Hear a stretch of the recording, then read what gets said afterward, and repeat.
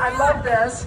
I want you to see her shirt. She is the warrior for mental health, which is pretty awesome. She's got an uplifting thing to share with us today. So Kelly, come on up here. And I want you to know what happened in her life has driven her to create more goodness in the world. So with that, Kelly, thank you. Thank you so much, Nancy, and all of the crew for Live Your Life. Live your lyrics, live your life. Hey, same thing. Live your lyrics, everybody that's here today. So, again, my name is Kelly Hansen. I am the founder of BCC Evolution. It's a mental health and suicide awareness nonprofit.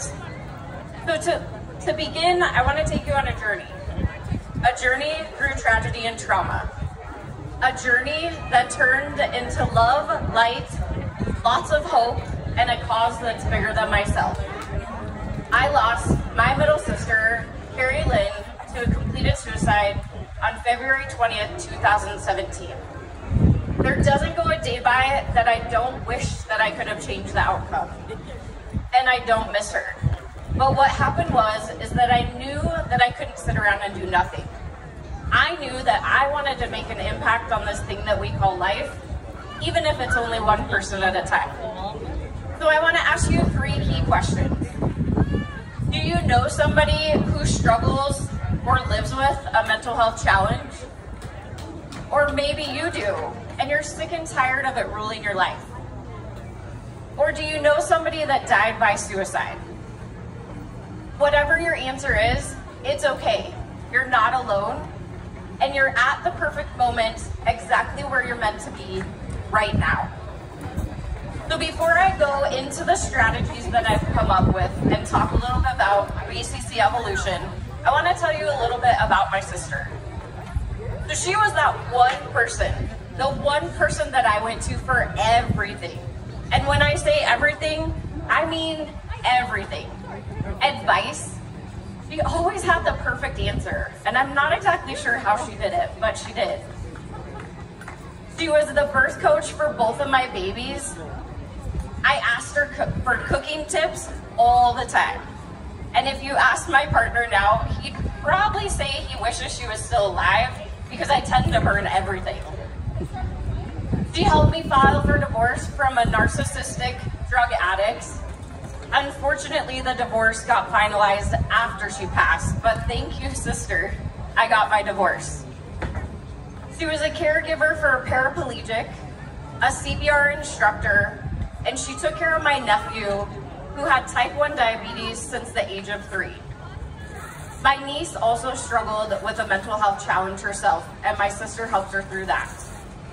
But for whatever reason, she felt completely alone in this world. And she had attempted suicide 6 other times. But for me, and not understanding, I completely shut my emotions off to her. I didn't even know how to respond.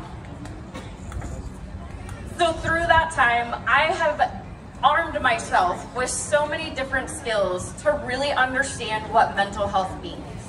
Because I couldn't save my sister's life, so what I want to do, and that has become my passion, is to save as many lives as I possibly can. And through BCC Evolution, everything we do is education-based. So that was a lot of information, and it was kind of heavy. So I want you all just to kind of change your state and wiggle your bodies just a little bit and get that energy out. Wiggle, wiggle. I know you guys were just dancing, so wiggle those bodies. So now I want to transition to the education piece and the uplifting part. I have come up with 7 strategies for mental wellness that have really helped me throughout the time and all these skills that I've gained. And actually some of the speakers today have already given you a couple. So this will just be even more. So number 1, find something that lights you up. And when I say light up, it's like your eyes just go big. For me, it's Baby Yoda. I know that's not his real name, Grogu, whatever you call him, but he lights me up. I get so excited. I mean, you can see by my body posture. He just lights me up, everything that I see of him. It could be your family, it could be doing things that you love. Whatever it is, find something, more than one, thing that lights you up. Number 2, find a way to release your happy juices. And when I talk about happy juices, I mean your endorphins, your serotonin, the dopamine, all those things in your brain that really make you happy. One way that I do this is I go and do random acts of kindness for strangers. I love doing random acts of kindness. I know that they don't know who I am and I don't know who they are, but it really helps release those happy juices. Another way is volunteering. It's been proven that that actually helps release those happy juices. And number 3, practice gratitude. This can be really hard or challenging for somebody that is in a dark place. But I want to tell you that it's probably the most powerful thing that you can do. It could be something as simple as the toothbrush that you use every day to brush your teeth, or the roof over your head, or maybe the people that are here today. I practice gratitude every day because I have to remind myself that I have something to be grateful all the time. I love my family, I'm grateful for them, and I'm grateful for all of you being here. And number 4 is words matter. Whatever you tell yourself is going to be true. And I'm sure you've heard this before. But if you're running around saying, I'm sad, I'm mad, nothing happens good to me, as I call it the Eeyore syndrome, your brain just works in black and white. So it's gonna be like, okay. But instead, change your words.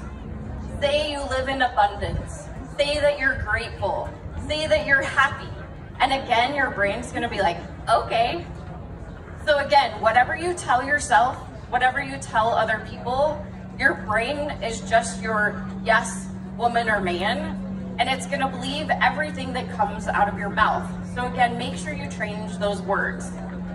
And I know you've already heard it today, but in the mental health community, we are trying to change the verbiage around suicide. So you heard me say that my sister completed suicide. So we're really trying to use completed or died by suicide because committing has such a stigma around it. Also, you may have heard me say experience or lives with. We have to remember that not everybody struggles. Some people actually live with their disorder or their challenge, and that's okay. They've learned how to live with it. So don't assume that everybody struggles. And number 5 is practice what you preach. The hardest one for me, and maybe that's why I forget it all the time, but I can tell you till I'm blue in my face what you should be doing. But if I'm not practicing what I preach, what am I giving myself? Nothing. And what do I have left to help people? Nothing. So if you're not taking care of yourself and you're not doing things for yourself and practicing what you're preaching, then you're not going to have anything left to give to other people. So make sure that you practice what you preach. And that's why I came up with this list, is to remind myself to practice what I preach. And then number 6 is build yourself a self-care plan or a personal safety plan.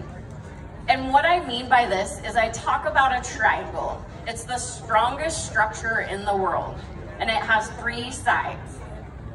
Well, find 3 people that you know have your back no matter what, day or night, that you could call them and they know that that is the moment that you need them.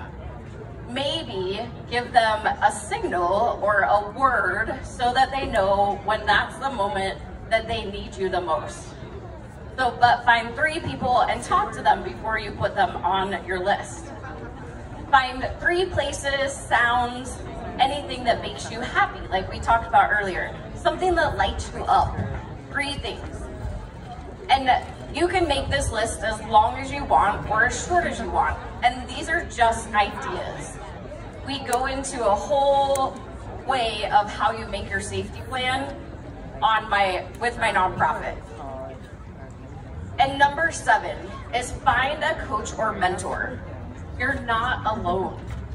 The biggest thing I can tell you today is you're not alone. And finding a coach or mentor that really understands what you're going through, because you don't have to go through this alone. And when you're at the bottom of the bottom, it is hard really, really hard to ask for help. But if you already have that built-in coach or mentor, it's gonna be so much easier. So again, I'm gonna reiterate my 7 strategies. And I went through them pretty quick. They only have a certain amount of time. But number 1 is find something that lights you up. Number 2 is find a way to release those happy juices. Number 3 is practice gratitude.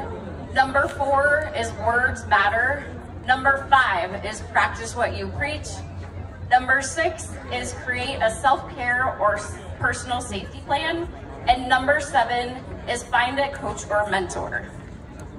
At BCC Evolution, like I said, everything that we do is education-based. We actually do also do mental health first aid classes, and I will tell you that it is the most powerful course that I've taken. We also have our own curriculum that will be coming out this year, and then we also have a middle school program that we're developing right now. There's so many amazing things that are education-based that BCC Evolution does. So I just want to thank you so much for your time and listening. And you can find us at bccevolution.org, or I'll be here for a couple hours, so please feel free to come up and chat. Thank you.